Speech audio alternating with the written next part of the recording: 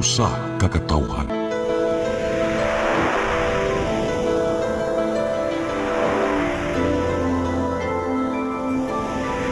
Cebu Catholic Television Network.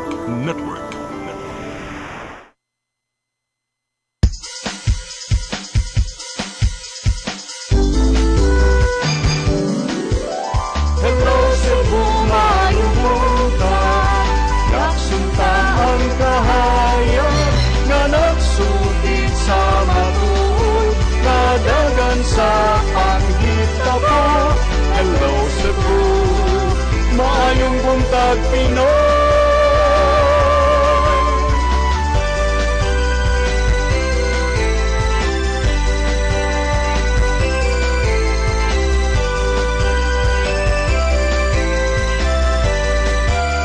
Ang katutulungan sa mga katawhan. Hello Cebu, hello Cebu, maayong buntag Pinoy, maayong buntag Pinoy, maayong buntag Pinoy. Hello Cebu, mayong buntag Pinoy. Adlaw karon nga Martes, petsa 27 sa buwan sa Mayo 2025. Sangan sa akong partner, Malu Inocando Tabar nga atong makauban karong taod-taod. Ako inyong higala sa kanginan, Attorney John Destacamento, makig-uban kaninyo sud sa usa ka oras na pod dinhi sa atong programa karong buntaga. Nya dili ta maglangay, ato dayong susihon ang latest weather update gikan sa Pag-asa Visayas. Niya sa tong linya, Sir Jomer Eclarino. Good morning, Sir Jomer. Yes, Attorney John, good morning. Maayong buntag sa atong tanang tigpaminaw. Kini atong latest weather update karong adlaw. Padayon naka-apekto ang Intertropical Convergence Zone sa malalawigan sa Mindanao, lakip na ang probinsya sa Palawan ug kining easterlies init na hangin gikan sa dagat Pasipiko ang naka-apekto sa bambahin sa atong nasod. Tungod kini sa easterlies ang tibuok Central Visayas, lakip na ang probinsya sa Cebu, makasinati generally fair weather. Kini init og igang na panahon, gawas ini na mga patak-patak na mga pagulan o kini mga localized thunderstorms. Padayon ta mag-monitor sa mag-i-issue ng mga thunderstorm advisories. Hining ito na sa kasarangan ng hangin masinati sa Visayas ug ang kadagatan, malinawon nga ito na sa kasarangan ang pagbalod. Temperatura sa Cebu 27 to 32 degrees Celsius, natay forecast maximum heat index na moabot sa 38 to 40 degrees Celsius ug under kini sa extreme caution na category. Haring adlaw mosalop alas 6:01 sa hapon, ang dagat motaob alas 10:17 sa buntag, buhunas unyang alas 5:47 sa hapon. Philippine Standard Time alas 8:06 sa buntag, gikan diri sa Mactan, Pag-asa Visayas, DOST Jomar Eclarino. Sir Jomer. Yes sir, Attorney John, good morning. Yes sir, kining medyo taas-taas inyong forecast sa heat index karong adlaw no, pero over the past few days nakasinati ta og mga pag-uwan-uwan dinhi. Mao ba kining onset na ba sa sa wet season, sir? Yes, Attorney John. So katong mga previous days nakasinati ta mga pag-uwan tungod kini ni Saka, gitawag nato na Intertropical Convergence Zone diri sa Central Visayas. So as of today nakita nato Mindanao ug Palawan na lang ang IPVZ. So balik ta sa init na panahon. So in terms of onset of rainy season, so we're still in transition period pa, Attorney, no? So posible maka-onset officially ang tag-uwan, nakita nato this week or diri sa first week of June. But normally until diri sa second half of June, diha nato ma-onset ang tag-uwan sa Pilipinas. Okay, so mga naa sa tunga-tunga sa Hunyo, pero ato nang i-monitor sad sir kay murag mausad na ba ng timing sa opening sa klase sa mga pampubliko nga mga eskwelahan?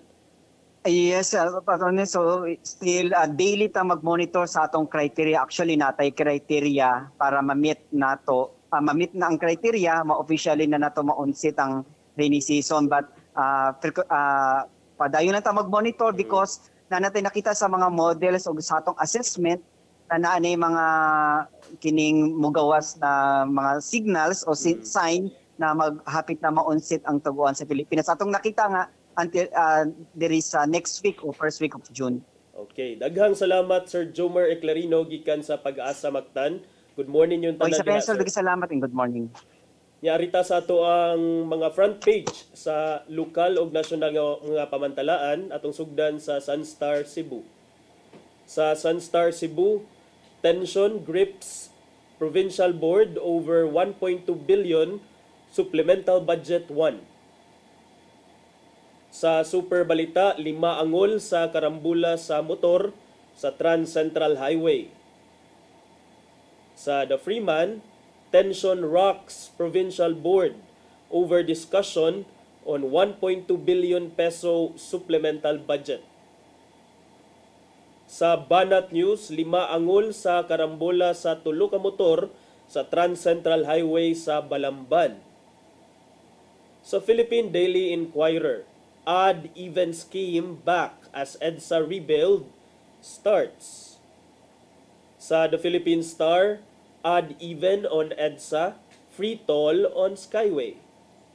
Sa Manila Bulletin, Marcos urges ASEAN partners to scale up climate finance.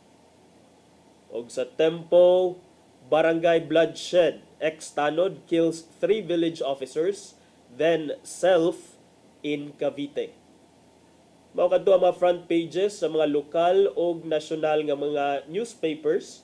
Sa atong pagbalik, atong sutaon ang mga balita nga nahipo sa atong mga kaubanan sa CCTN News and Public Affairs team. Please stand by. Hello Cebu, hello Cebu, maayong buntag Pinoy, maayong buntag Pinoy, maayong buntag Pinoy. Discover the beauty of the Philippines.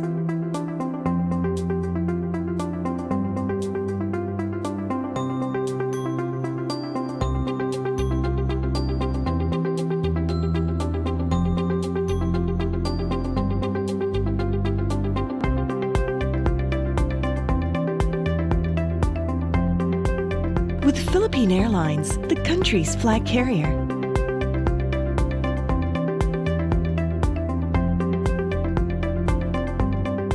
The airline that lets you feel the warmth of the nation.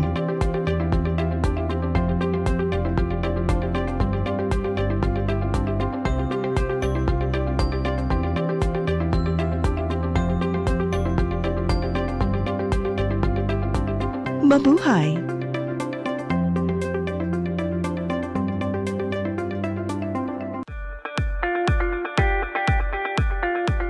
Congratulations! Nunito Tatay Dodong A. Lemchua, awarded as Cable TV Maverick, Father of Cable TV in the Philippines, given by Philippine Cable and Telecommunications Association Incorporated, PCTA, from Phil Products Group of Companies.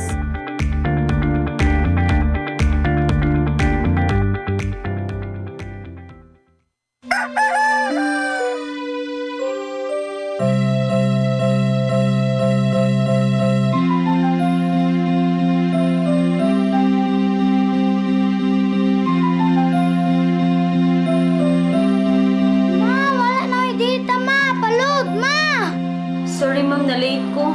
Nangita pa mong ko para internet sa kong anak ma'am. Ay, wala na yung problema. Pag Sinisibu! Sinisibu, Sinisibu, for your internet connection and for the signal of your cable TV. so fast and straight, the transmission to your home. Sinisibu! Sinisibu, Sinisibu, Offers you to have fiber optics for your viewing experience, perfect and clear, so fast. so great and affordable for you to enjoy. Sinisibu Television Network Incorporated offers fiber to the home broadband internet bundled with fiber to the home cable TV connection. Sinisibu Television Network Incorporated, with its operation in Metro Cebu and the whole province of Cebu soon. And affordable for you to enjoy. Sinisibu! Ito ang programa kung saan magko-collaborate ang ating mga ozone na doctors para ibahagi ang kanilang kaalamang medikal. I believe with all my heart that the Lord is allowing us to understand that He's the one who are extending this life, and we have to really take care of our body. Yes. Matag episode, among ipaambit ninyo ang mga healing testimonies. Every day, pag gising mo, iisip ko kung ilang taon na lang yung katagal ko, yung ganun. This is your path to a new start. OzoneMed Wellness Clinic New Start. Napapanood every Saturday 8 to 9 a.m. Og ang replay airing matag Miyerkules 1:00 hangtod 2:00 sa hapon dinhilang sa CCTN Channel 47. Hello Cebu, hello Cebu, maayong buntag Pinoy, maayong buntag Pinoy, maayong buntag Pinoy. Balik sa Hello Cebu, maayong buntag Pinoy, ug karon sa atong mga balita. Nagunas itong mga balita karong buntaga, nagsugod na ang pagtuki sa transition sa liderato gikan ni outgoing Mayor Raymond Alvin Garcia ngadto kang incoming Mayor Nestor Archival. Samtang susiho ni Garcia ang breakdown sa panudlanan sa LGU nga magamit alang sa bag-ong liderato sa syudad sa Subo. Mga detalye sa report ni Gian Navarro. Hingpit nang nag-abot silang outgoing Mayor Raymond Alvin Garcia ug incoming Mayor Nestor Archival sa Cebu City Hall. Kuyog kini silang mga transition team arong sugdan ang proseso sa pagtunol sa mga mahinungdanong dokumento ug uban pa. Pinasubay kini sa nimong mando gikan sa Department of Interior and Local Government nga mao ang hapsay nga turnover sa umaabot nga liderato sa sunod buwan. Mipaambit silang Garcia ug Archival nga nahimong hapsay ang una nila nga panagkita ug panagsabot nga gipaygayon sa conference room. My statement has always been very clear, full cooperation, seamless transition kay para at the end of the day, what is good for Cebu City is of paramount importance to both of us. Well, actually, the meeting was so inspiring. Happy kayo ko sa nangita po because as you can see, the mayor is very cooperative and he was asking, requesting sa atong mga department heads to cooperate. Gawas sa mga dokumento, usa sa mga laumang tukion sa transition teams mao ang mamahimong agenda sa bagong administrasyon. Maong giaghat nila ang mga kawani sa city government nga suportahan usab ang maong proseso. But more importantly, it's not just about the DILG.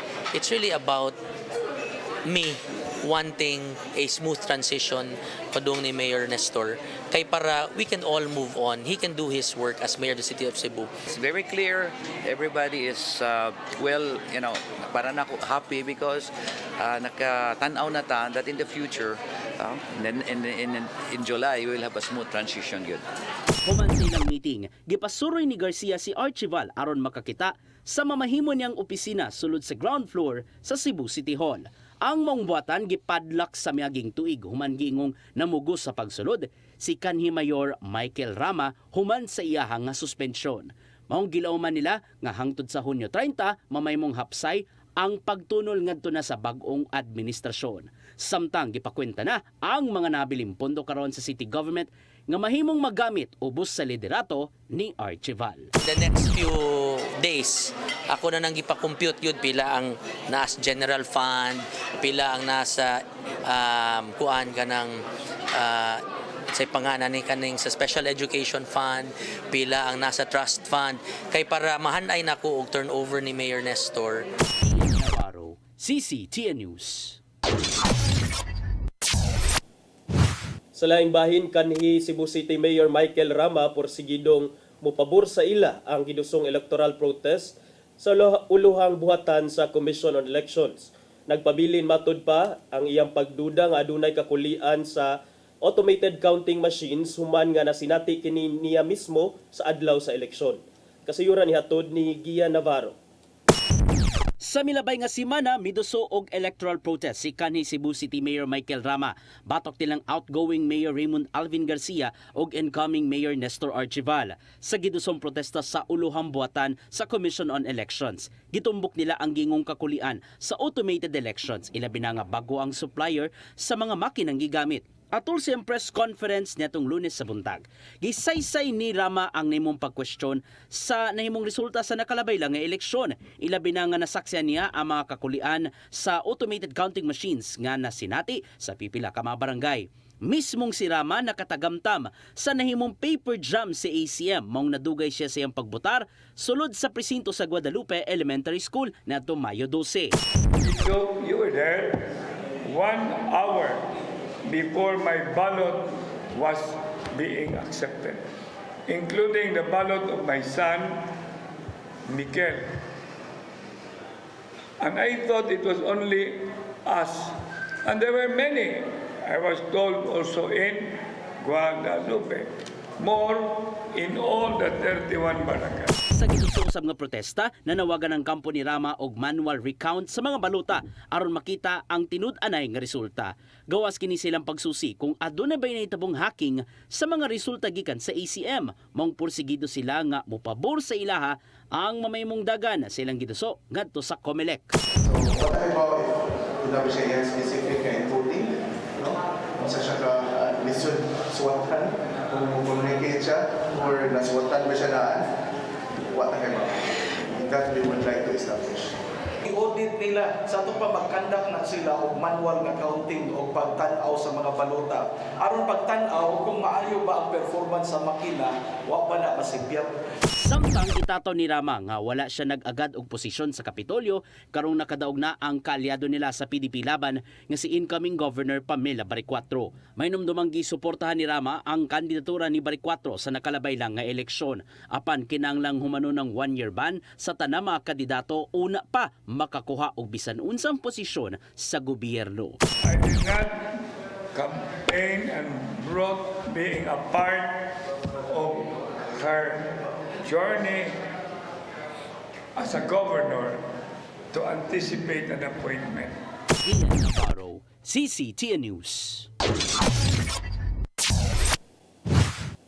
Samtang umaabot administrasyon ni Mandaue City Mayor-elect Tadeo Jonky Uwano, nagplanong paminusan ang giingong nanubra nga mga empleyado sa City Hall. Ang budget gamiton alang sa social services. Ang kasayuran sa Garino.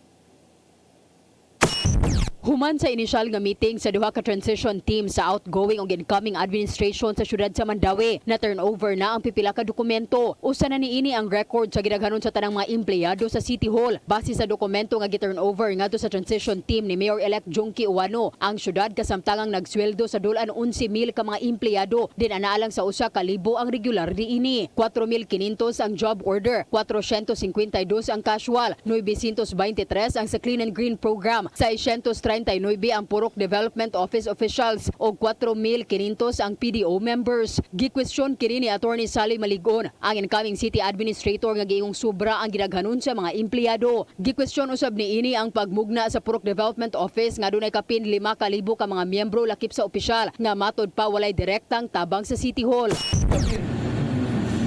Makaduda ta ba nga mo man ang gigamit nila sa makinarya sa politika ni mga puro. And ang nagsweldo ang City Hall. That's unfair to the rest of the Mandaueanons nga ma-deprive sila sa budget unta para sa services kay gi-allocate ra ng specific nga number of tao kada buwan. Lauman nga paminusan sa administrasyon ni Mayor-elect Jonky Uwano ang giingong nanubra nga gidaghanon sa mga empleyado. Si Maligon nagkanayon nga ang pagkunhod sa trabahante bisan gamay makasave sa syudad og 150 milyones pesos matag tuig nga mahimong igahin sa social services, mga tambal og pagpalambo sa ospital. Ang idea is excess baggage. Ato i-determine kung kanay ba tanang 4,250 trabaho bagid ni in relation sa gobyerno. Kasi uban na ni yaya, uban na ni make up. Hinuon ang mga na-assign sa mga importanteng buhatan sama sa City Hospital, City Health, Disaster Management ug Traffic Department ang magpabilin. Aduna usab i-hire nga bag-o subay sa direksyon ug programa sa bagong administrasyon. Sa iyang bahin, si outgoing City Administrator Attorney Jamaal James Kalipayan niawhag sa transition team nga dili maguna-una sa ilang konklusyon. Matud pa ni Kalipayan nga ipatanaw una nila unom ka buwan ngadto sa usa ka tuig sa ilang paglingkod ang pagpadagan sa usa ka syudad. Mary Rose Sagarino, CCTN News.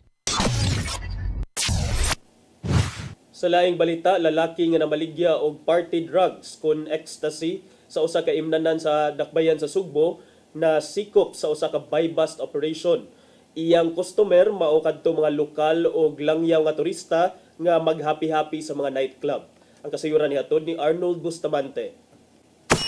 Dahil lalaki nga tig-supply og party drugs kun ecstasy sa mga turista sa Dakbayan Sugbo, ang nadakpan kini sa gilusay nga buy-bust operation sa mga sakop sa Regional Police Drug Enforcement Unit 7 alas 9:15 sa buntag nitong Sabado dito sa President Rojas Street, Barangay Kasambagan sa Dakbayan, Sugbo. Ang suspitsado gila sa kapulisan nga si alias RJ, 21 anyos nga residente sa Basewater, Barangay Mactan sa Dakbayan sa Lapu-Lapu. Nakuha kang RJ ang 2 ka tableta sa party drugs nga mokantidad sa 4,000 pesos ug ang 4 ka puto sa gituang shabu nga mobalor ang tanan sa 100,000 pesos. Lakip sa nakuha ang usa ka gamay nga kutsara nga color gold nga gituan nga may gamiton sa paghingo sa cocaine, 2 ka marijuana rolling paper, usa ka color gold nga marijuana grinder ug ang usa ka SUV nga magigamit sa pagbaligya sa illegal nga druga sa suspitsado. Sigon sa mga personnel sa RPDEU 7 nga dili lang magpaila nga usa ka buwan nila kag gimonitor ang suspitsado human migawas ang iyang pangalan nga may supply sa party drug sa mga lokal ug langyaw nga mga turista nga maghapi-hapi sa mga inilang nga nightclub sa Dakbayan sa Sugbo. Ang ilang kasaligang tinubdan na nagpan nila niadto nga miaging buwan o yang gisaysay kinsa ang mga personalidad nga tigbaligya o illegal nga druga sama sa party drugs sa mga istambayanan sa mga arangan o kahimtang sa kinabuhi nga mga batanon. Ang iyang mga customer mo kadto nga mga kwartahan nga mga batanon, lagip na ang mga langyaw nga turista di ang ilang area of distribution mo ang tibok isla sa Sugbo. Arnold Bustamante, CCTV News. Sa atong katapusang balita, duha ang patay samtang laing duha na angol sa panagbangga sa tulo ka mga motorsiklo dito sa Dakbayan sa Lapu-Lapu ni adtong Sabado. Giingon ni gawas siyang lane ng usa ka motorsiklo ug mibangga nga tus indi kasugat nga lain pod nga motorsiklo. Mga detalye sa report na Crystal Joy Pelerca. Patay ang duha ka mga lalaking motorista samtang duha usab ang naangol human sa nahitabong panagbangga sa tulo ka mga motorsiklo sa ML Quezon Highway, Barangay Mactan, Dakbayan sa Lapu-Lapu ni adtong Sabado, Mayo 24, pasado alas 3:30 sa kadlawon. Ang nakalas usa ka 19 anyos ka taga Barangay Pahak ug 27 anyos nga residente sa Barangay Basak. Samtang ang mga naangol usa ka 27 anyos nga residente sa Barangay Pahak ug 25 anyos nga nagpuyo sa Barangay Mactan. Sa investigasyon sa kapulisan sa Lapu-Lapu, ang usa ka motorsiklo gimaneho sa 19 anyos. Gikan siya sa Barangay Maribago ug padung unta sa Barangay Mactan ang iyang direksyon. Samtang ang kasugat niya mao ang motorsiklong gimaneho sa 27 anyos ug sakay niya ang 27 anyos nga lalaking naangol. Apan ni anang higayuna, ang 27 anyos nga driver adunay gitud nga motorsiklo gamit ang iyang tiil nga iyang gi-rescue. Samtang nagsunod kanila ang motorsiklo nga gimaneho sa 25 anyos. Mato di Police Captain Edsel Petesio, ang Deputy Chief sa Traffic Enforcement Unit, nga base silang investigasyon pinaagi sa CCTV footage.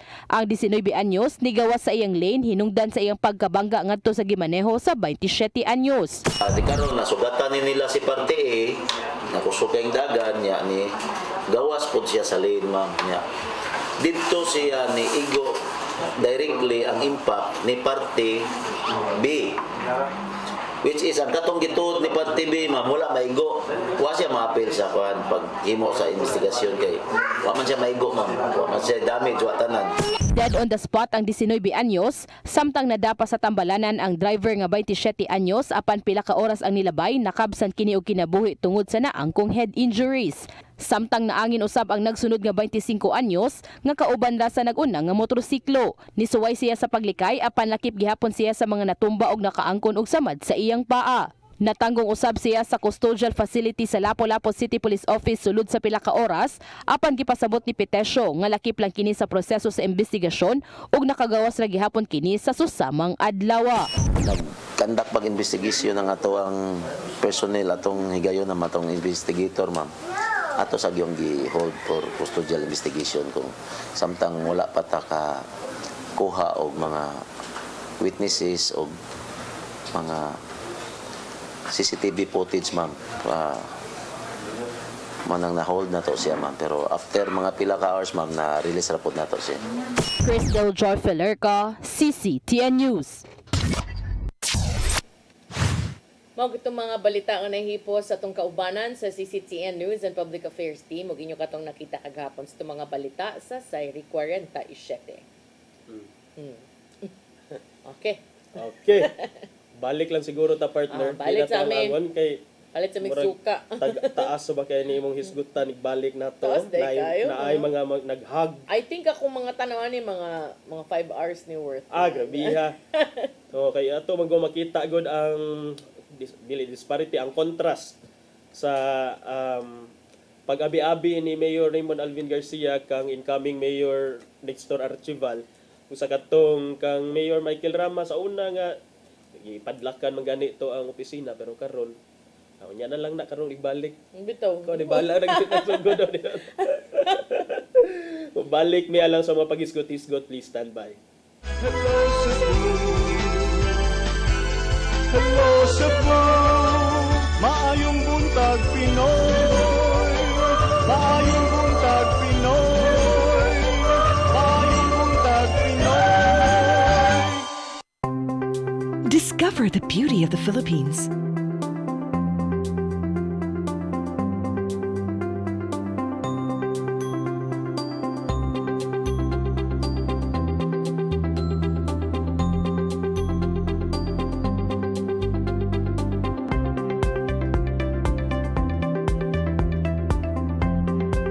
With Philippine Airlines, the country's flag carrier.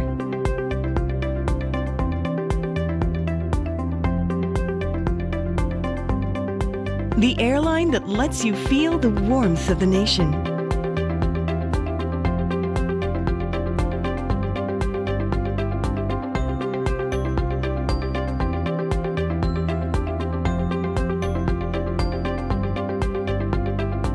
Mabuhay!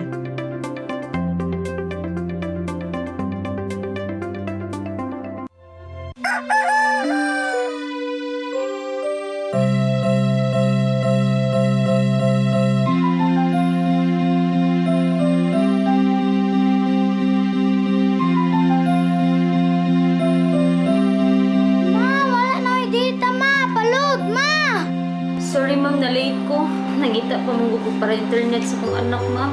Ay, wala na yung problema. Pag sinisibo. Sinisibo, sinisibo. For your internet connection. And for the signal of your cable TV.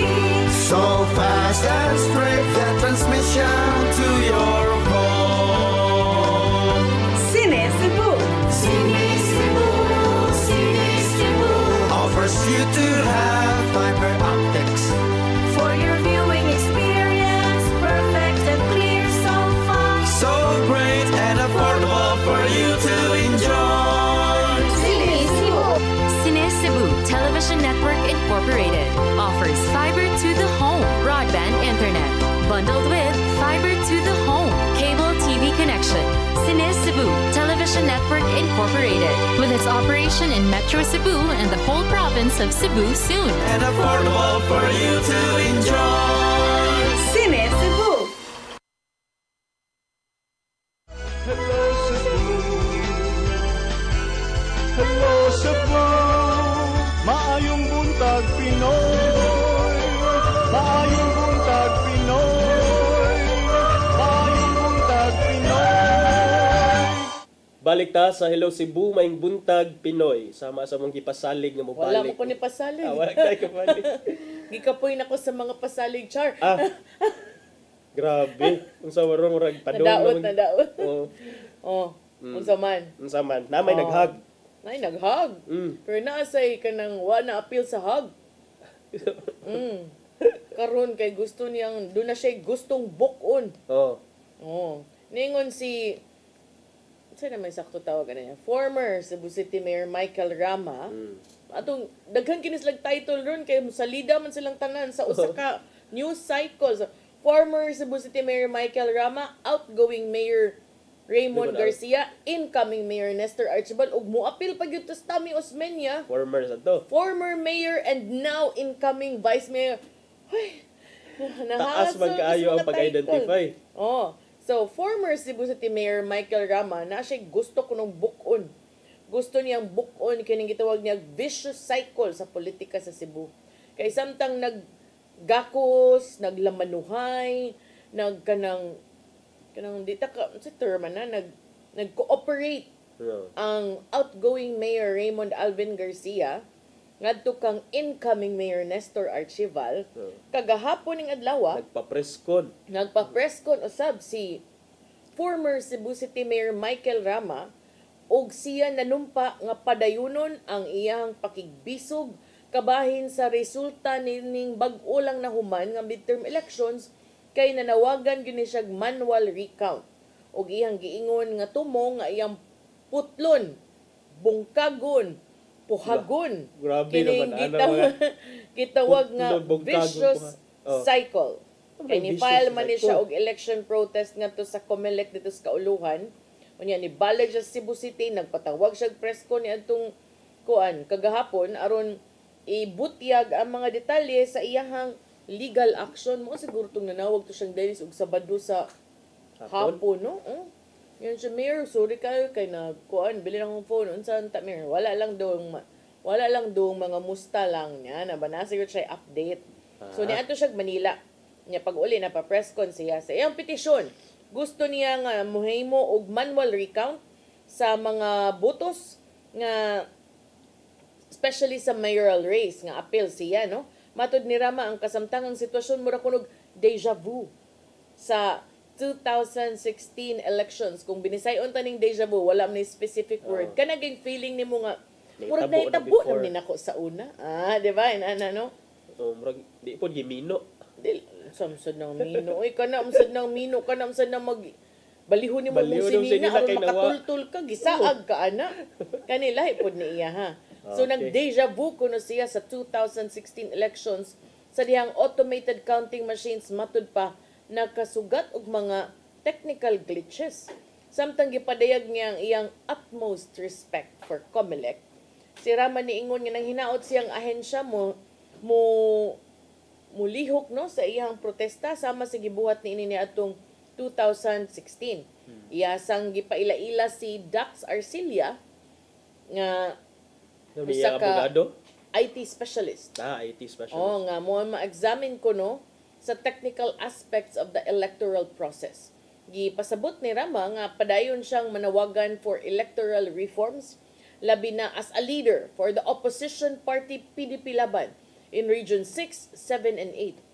Pero wala siya gi-specify nga mga acts nga ngano nakaingon siya o yung mga basihan ngano kaingon siya nga na vicious cycle of sa to. Ningon siya ang iha ko nung panawagan for manual recount attorney subay sad ko ni sa iyang long-standing advocacy against fully automated vote counting.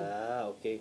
Iya sad ning gipadayag nga nakadawat siyang suporta in 2016 from then Vice Presidential candidate Ferdinand Bongbong Marcos Jr., saying they shared the same goal of guarding against technology glitches.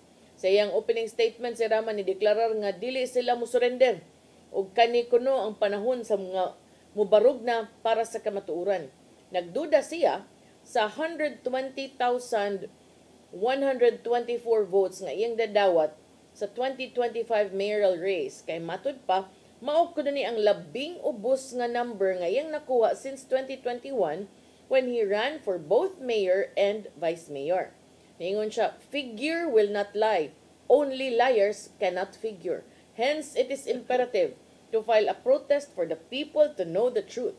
As I have already filed an election protest, all election matters are now converted into a legal matter subject to legal proceedings. Ningon siya nga ang iyang ipasaligan ng publiko nga ang iyang legal kuno nga battle will not obstruct government services, saying he's busy looking beyond in 2028. Actually, di man sad gyud ni makadisrupt sa government services kay di man ikaw ang naglingkod nga mayor, and while husayon ni nga tos COMELEC, padayon raman ang serbisyo sa incoming mayor, di ba? So matud ni Rama ang iyang lihok protesta makatabang og kuhag testimonya og mga digital forensic evidence in pursuit of the establishment of the truth. Ni offer sad siya attorney, sige nang ka mo avail. Nga mohimo siya og free lecture on parliamentary procedure for all newly proclaimed winners, including those he referred to as interim ones. Pero di ba naman gyud ani ang DILG nga training to all newly elected officials? Yes, at the request nila kung gusto sila partner. Actually dili murag muhimo gid sila mo conduct gid sila. Mandatory siya. For everyone. Para makat-on ka kay sige lang kag point of order.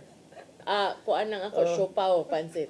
Dili na pwede. Grabe sad ana siopaw ang order dito sa konseho. Di ka kaingon oy kay babe, sa barangay mag-inana ba ya? So, di ka mag-cut-on. May di ka, adi lang sa ako kay busog pa ko. Point of clarification, di ba? Point of clarification niya ang isulti. Wala kanang wa man ko nagkuan pod, wala man ko ni question. Wala may angay klaruhon mo eh. Basta mauna na. Pero bayang gi-question ni file sa og protest in 2016, ni file sa og protest karon 2025. Wa siya ni file og protest pag 2022. Ay, ano wa mo siya ni file og protest pag 2022 nga? File man sa ka kung ikay nakadaog ikaw sa ba? Okay. Unsa man ka uy? 2016 ang nakadaog si Tommy. Mao dapat sa file protest. Kan mo protesta di ka, guys, dili ko makadawat kay nakadaog ko mo. Ana di ka.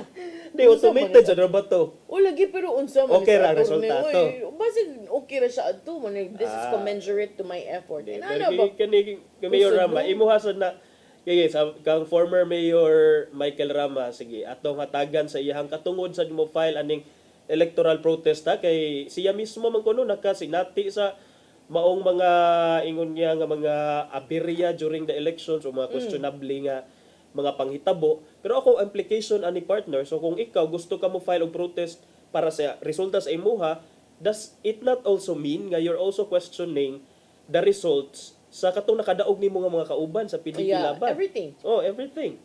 Even iyang pag-umangkon. Kaya pa manual recount man siya. For everything. Even so if you question it based on the digital kanang aspect, then you are casting doubts on the entire process.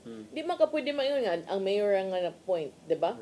But there's also one point nga iyang giingon sa press con, iyang warning, niyon siya, he warned that his camp anticipates possible quote-unquote snatching and kidnapping of his allies in the coming days. Snatching and kidnapping. Nevertheless, he said they remain committed to pushing for hybrid elections. But to me, what do you mean when you say snatching and kidnapping? Those are serious allegations, no?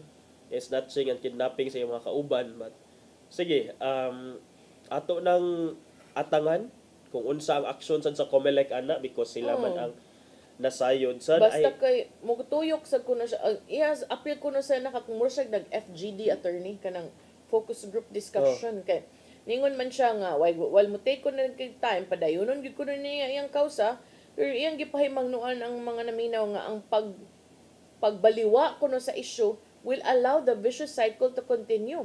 Kay pag-release kuno sa election results personal siya niadto sa mga barangay, nangutana siya sa mga residente sa ilahang kasinatian sa eleksyon. Daghan kuno nakasugot og issue sa automated counting machines.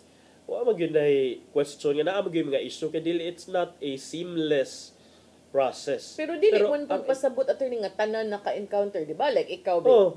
Na magyud na mga question nga ang importante diha kay number 1 na document ba ninyo, ikaduha napatay na bugado na document ba ninyo? Na document kay pangayuan ra baka ani allegations sa nimo nga kining naay mga discrepancy naay mga and burden of proof lies with in the accuser. Sakto attorney. Sakto lagi na pero gamay. Pabalik ko na jud ka. Enrollment open sa starts na. Wow. Okay. So mo na sa partner nga hinaot lang sa dunta nga dili lang sa press con, dili lang sa laway ni Mayor Mike no kay kita. Mukalawat man ta partner kung doon na sa tay makit-an nga ebidensya, kung naa sa tay makit-an nga mga pruweba. So kana it's a matter of na naman na nag-file lang siya sa iyang electoral protest before the COMELEC. So, I think let's let the COMELEC decide. Ang tubag, ang ihag yung basihan, katog yun ko no, kay 1 hour ko no, before gidawat iyang balota, abi niya, sila ra ko no, perdaghan po. But to me, if we base it on personal experiences, I didn't have a problem. Pag lawg na ko sa akong balota, gawas dayon akong resibo, butangan dayon kong tinta nga. Hangtod karon wapan. Wag kang, but not everyone man kanang nakasugak nakasinati og ingon ana, but well ingon siya, if you're already informed and you allow this to be forgotten, it will become a vicious cycle. Then maybe since ni-file naman ka as you said, sige tipon na imong mga kuan, get affidavits also para makaingon gyud ka nga tinuod gyud mao gyud to ilang nahitabo. But then kanang nitingog pud si Cebu City Mayor-elect Nestor Archival kay gipangutanam siya attorney. Yan tubag, simple na kayo. Ingon siya nga, nitahod siya sa desisyon ni Mayor Michael Rama nga mo sangat og protesta. Apan iyahang gipadayag nga ang election results reflection kuno sa will of the people. And iyang quote, ningon siya, basin ma-realize na niya nga magsugod na lang tagbag-o nga administration. Dito na lang sa sunod nga eleksyon magsabot kung angay ba nga mobalik og pagdagan. Hala, kay Mayor sad, oy imo naman sad, ayaw, padaga na kutob sa ganahan lang. Para daghang kapilian. Kanto giingon sa ni Mayor Mike kanina nga sa tanang election or at least in the recent elections mo pinakagamay kuno nga boto. Di man gyud ta makaingon nga because of whatever. Oh. Because this is also the first time nga na-dismiss kasi imong katungdanan. O gatan-awon sad nimo ang line-up, ang mga tawo sa ubay-ubay kapilian nya puro sad mo diha mga tarong-tarong choices. Daghang choices. Kani adto murag head to head man mo. Duhara man mo. So karon amo nang inana ka distributed siguro ang kuan ang mga botos, pero like we said, okay, iyan ang katungod nga mo file dito sa COMELEC partner nga for sure ang COMELEC sa dana mo imbestigar kung doon naman kay busy, so we'll see. Tinuod. Arita sa lagis gutanan adto ta sa ining national pod partner kay di ba daugman by a landslide si former President and now incoming Davao City Mayor Rodrigo Duterte, pero unsaon man ni karon nga naaman siya didto na priso man sa The Hague. Kan actually nangutana ana. Ang Department of Interior and Local Government duna nay tubag. So ang ilang buhaton partner mangayo sila og clearance gikan sa International Criminal Court, mangayo sila clearance to allow Duterte to take his oath of office as mayor of Davao City dito sa The Hague. So, mo na but what can you do if you are can you serve? That's the next question. So, matod ni DILG Secretary John Vic Rimulya nga since dili man lang gyapon siya maka-serve after siyang pag-take og oath. So, dapat gyapon siya mo take og oath. Pero since dili man siya maka-physically present, because as mayor you have to be physically present during your tenure as mayor, pila ra na ka days ang allowed nga pwede ka mo absent. So ang mahitabuan ni dunay succession. Ang elected nga vice mayor maoy mahimo nga mayor, and in this case it's another Duterte. It would be the vice mayor elect Sebastian Duterte who would become the mayor. But who would replace him as vice mayor? If there's according succession. to the rules of succession, so the first councilor. The first councilor depende sa kung unsa ang party ni kuan. Depende sa kung unsa ang party ni Sebastian Duterte. Which means nga ang mupuli is the anak of Pulong nga konsehal karon. Okay, so naa sa konsehal nga ang iyang anak konsehal sa Davao City. Karon mo murag mauhon, Kaya ang ilaha man ang party if Sebastian Duterte belongs to a party which I'm not sure of. So ang iyang party mo nominate og someone, ya mo nay maunay i-recommend sa council nga maoy agreehan adto sa mayor. But it would still be the mayor who would also agree or approve kung dawaton ba na or dili. So lain sa kay modawat sila pikas. Iya mang anak. Diba? Diba? So posible nga si Rigo ang pangalan sa anak Rigo mo yung magsilbing OIC Vice Mayor ug mahitabo man gani siya pod ang mahimong labing bata nga Vice Mayor kay 27 pa yung anak ni siya ni Pulong bali mahugog uncle niya si Baste. I see. So mo na ang likely scenario sa Davao City, si Vice Mayor-elect Baste mao'y mahimo nga mayor upon succession niya. Yan ang imong giingon. There's a likelihood ay nga ang pag-umangko niya o ang anak ni Paulo mao'y mahimong vice mayor on niya kay Mosaka from the council. Yeah, so, but first time pa na niyang lansar. So, you are a newbie and then you will immediately be thrust into a position where you need to preside. But I don't think that's a relevant question in Davao City kay if you're a Duterte in Davao City, bisag kanding pa siguro ka, basta yung apelido Duterte you will win in Davao, for sure. But it's not about the winning anymore. When you're done winning, it's time to start working. So dako-dako siya og katunon. Dako-dako katunon. Especially because part of the council, ang uban ana, maguwang pa nimo. Maguwang pa sad nimo. So kana siya, and then matod sad ni Rimulya Gi-quote sa niya ang taga-COMELEC nga, "We recognize the victory of former President Rodrigo Duterte. He was declared by the COMELEC and proclaimed the day after the election." So, muna niya, matod ni Remulla nga, it was an overwhelming mandate. Kay tiaw mo na pila to partner. Marag million man siguro, half a million versus 60,000 votes only for Nograles. So, mo na siya ang update sa sitwasyon dito sa Davao City o kang ambot lang kung i-grant ba sa di siya sa ICC nga mo take of oath. But since this is just a ceremonial taking of oath, I don't think sa there's a reason nga nung dili sa di siya mapadayon. Yeah. From sad ang pa-take oath niya dito. Kana, sig padadaan Is nila. that considered valid considering it's done outside the Philippine soil? No, wala pa taan ay precedence partner. That's why. In jurisprudence. So Curious kung na mo point. question ana, sige, go mo. Nya from the father, let's go to pa-continue na to aning still about Duterte, nay bag-o nga resulta ang survey sa Pulse Asia. Kani nga survey gikuha ni siya last month, mga May 6 to 9. Gipangutana ang mga respondents kung niuyon ba sila sa pag sikop kang Presidente Rodrigo Duterte. Nya most Pinoys or majority sa mga Pinoys disagree with Duterte arrest. Matod sa Pulse Asia nga 58% sa mga respondents miingon nga dapat wala file og charges for crimes against humanity si kanhi Presidente Rodrigo Duterte before the ICC. Niya 26% lamang ang ni-agree sa iyahang pagkasikop o pagsurrender, samtang 16 ang miingon nga wa sila kahiba, undecided sila sa issue. So makita na to nga 58%, pinakadako ani nga porsyento sa niuyon nga sa wala miuyon nagikan sa baluarte sa mga Duterte diha sa Mindanao. 96% niingon nga dili gyud sayop gyud to ang gibuhat nga dakpon si Digong o pasakaag kaso dito sa ICC. Sa 60% wala miuyon sa pagkasikop nagikan sa dinhi sa Visayas nya 42% dito sa Balance Luzon, then sa Metro Manila or sa NCR 38% ang wala ni uyon. So mao na siya ang I think people are also interested. I think kaning mga nag-commission sa survey, of course, why would you commission a survey like this at a time nga at this time nga human naman dakop di adto pa mang Marso.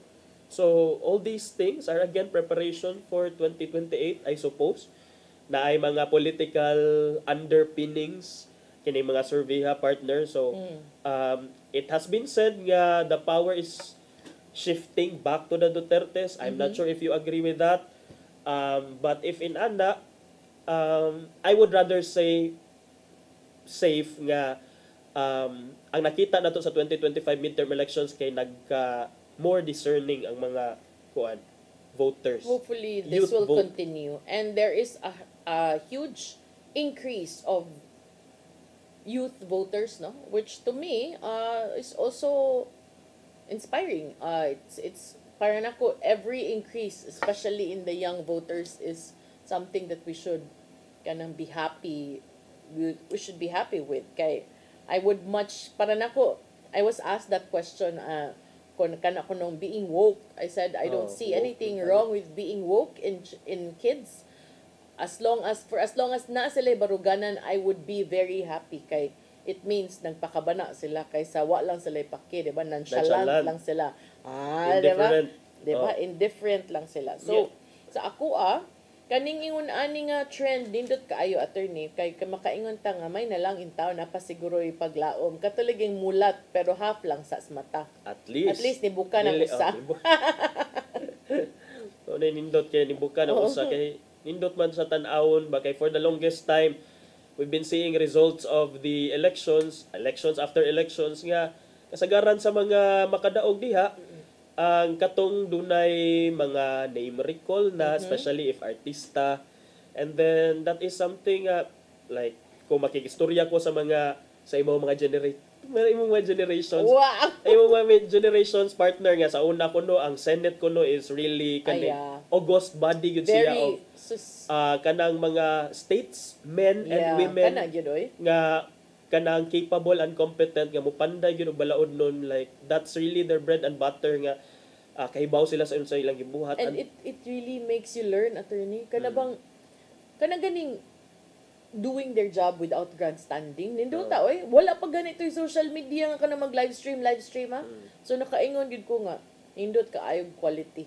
Nindot og quality. So hopefully mabalik na siya nga era sa Philippine Senate or Philippine Congress nga ang mga naglingkod diha kay will do their job, of course, hopefully without grandstanding, just do their job as legislators, as lawmakers.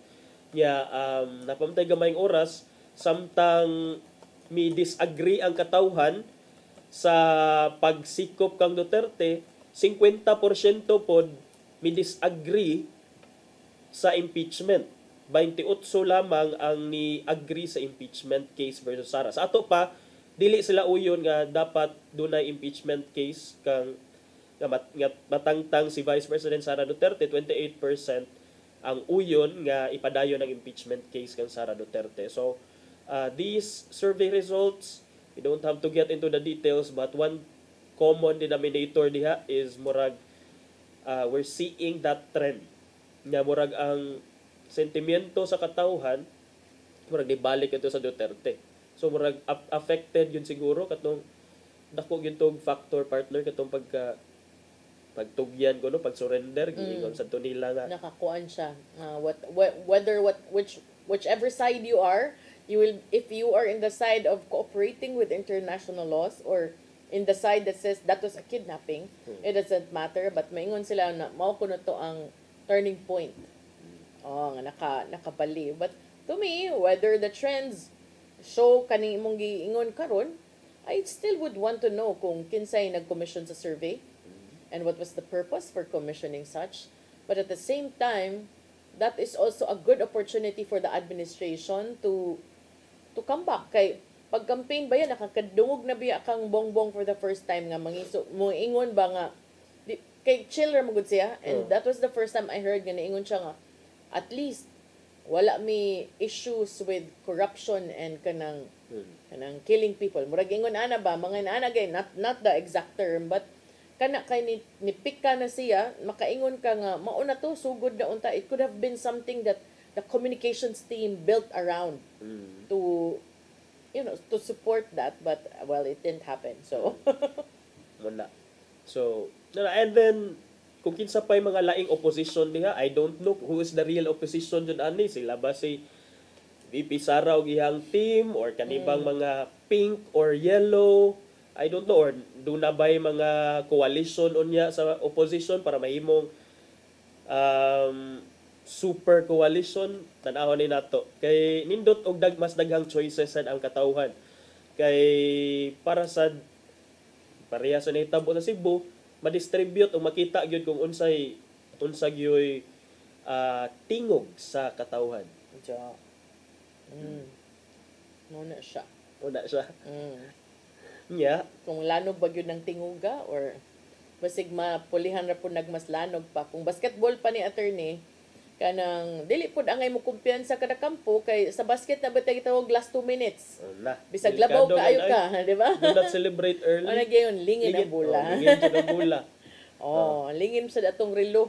Unya, wa nam tay oras. Ato ipadangat usa before ta ugma amo nang usboy, amo nang tiwason kay si attorney kanang passionate kay about ani nga issue. Amo nang tiwason ang discussion tomorrow. For now, atong ipadangat sa ang giandam ni Tatay Dodong kining pulong og kinabuhi.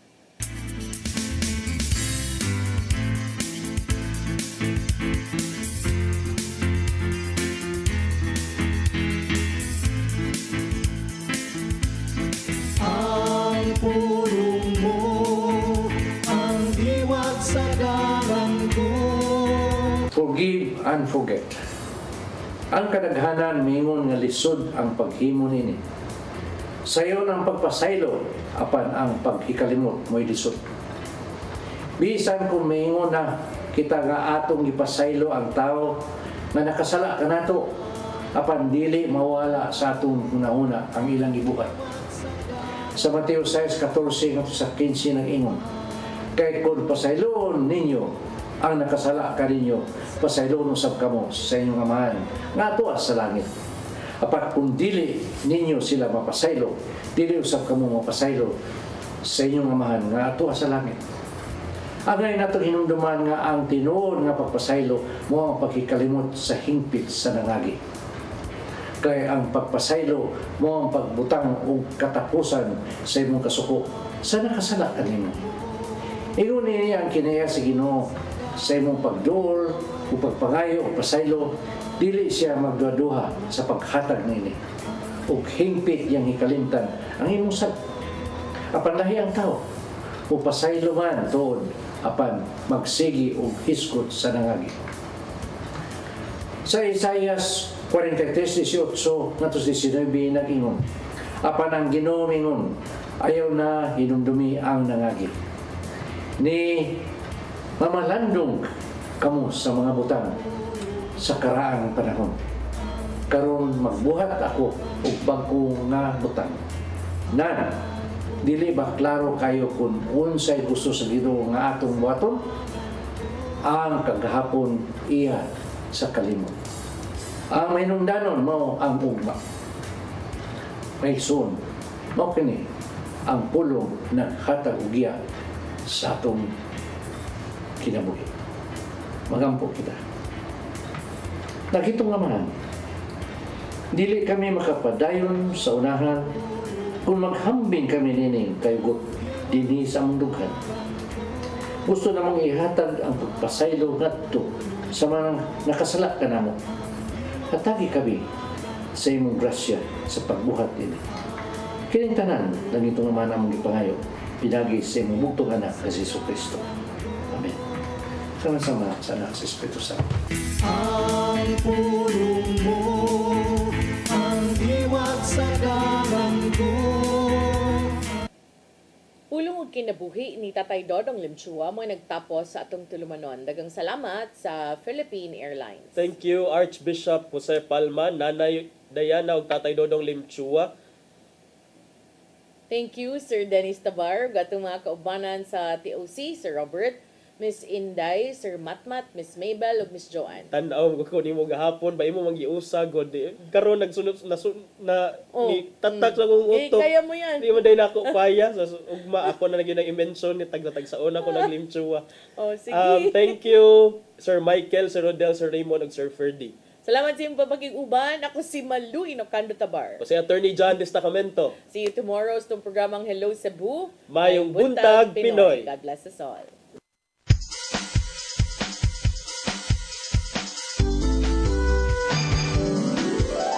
Hello Cebu, mayong buntag, nagsunta ang kahayag. Usa ka pagtuo, usa ka tingog,